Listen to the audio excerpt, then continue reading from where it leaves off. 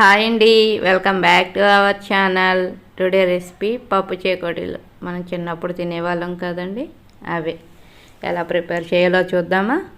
ముందుగా ఒక బౌల్ తీసుకొని ఒక కప్పు వరిపిండికి హాఫ్ కప్పు మైదా వేసుకొని జల్లించుకోవాలి.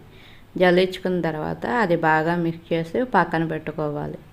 తర్వాత స్టవ్ ఆన్ చేసి ఒక తెపాలు పెట్టి అందులో కప్పున్నర పిండి ఉంది కాబట్టి కప్పున్నర వాటర్ వేసుకొని రుచికి సరిపడ్డ ఉప్పు కారం వేసి బాగా మరగనివ్వాలి. బాగా మరిగిన తర్వాత మనం ముందుగానే పక్కన పెట్టుకున్న పిండి ఉంది కదా, పిండిని కూడా కొంచెం కొంచెం వేసుకుంటూ వంటలు లేకుండా బాగా కలుపుకోవాలి. స్టవ్ ఆఫ్ చేసుకొని బాగా కలుపుకొని మూత పెట్టి ఒక 5 నిమిషాలు పక్కన పెట్టుకోవాలి. మన ఛానల్ ఎవరైనా ఫస్ట్ టైం చూసినట్టయితే లైక్ చేసి సబ్స్క్రైబ్ చేయండి. పక్కనే బెల్ ఐకాన్ ఉంటుంది, క్లిక్ చేయండి. నేను ఏ వీడియో పెట్టినా వెంటనే మీకు నోటిఫికేషన్ వస్తుంది. ఓకేనా ఫ్రెండ్స్. మనం పక్కన పెట్టుకున్న పిండి గోరువెచ్చగా అయిన తర్వాత ఒక గిన్నెలోకి తీసుకొని కొంచెం ఆయిల్ వేసుకుంటూ బాగా ఒక ముద్దలాగా చేసుకోవాలి. శనగపప్పు ముందుగానే మనం హాఫ్ కప్పు శనగపప్పుని తీసుకొని 3 గంటల ముందు నానబెట్టుకోవాలి. నానిన శనగపప్పుని శుభ్రంగా వాష్ చేసుకొని పొడి క్లాత్ మీద ఆరబెట్టుకోవాలి. అలా ఆరిన శనగపప్పుని ఒక బౌల్లోకి తీసుకోవాలి. బౌల్లో తీసి పక్కన పెట్టుకున్న తర్వాత మనం కలిపి ప్రిపేర్ చేసుకున్న ముద్దని చిన్న చిన్న ఉండలుగా తీసుకొని చేకోడీలాగా పాముకోవాలి.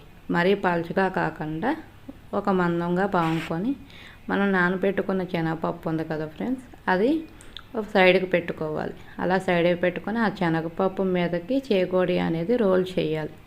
అలా రోల్ చేసినప్పుడు ఆ చేకోడికి శనగపప్పు అనేది అంటుకుంటుంది. ఒకవేళ మీకు శనగపప్పు అంటుకోలేకపోతే చేకోడిని రోల్ చేసిన తర్వాత శనగపప్పును కూడా దానికి అతికించవచ్చు.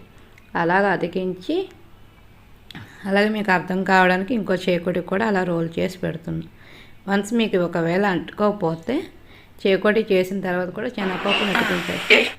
అతికించిన తర్వాత ముందుగా డీప్ ఫ్రైకి ఆయిల్ పెట్టుకొని ఆయిల్ హీట్ ఎక్కిన తర్వాత ముందుగా మనం రెడీ చేసుకున్న చేకోడీలు డీప్ ఫ్రై ఆయిల్ వేసుకొని వెంటనే కలపకుండా 2 నిమిషాల తర్వాత కలపండి. నురగ మొత్తం తగ్గిపోయిన తర్వాత మన చేకోడీలు కరకరలాడే చేకోడీలు రెడీ ఫ్రెండ్స్.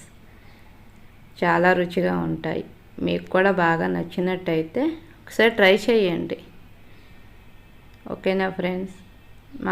మీకు మా వీడియో నచ్చినట్టయితే లైక్ చేయండి. Thank you friends.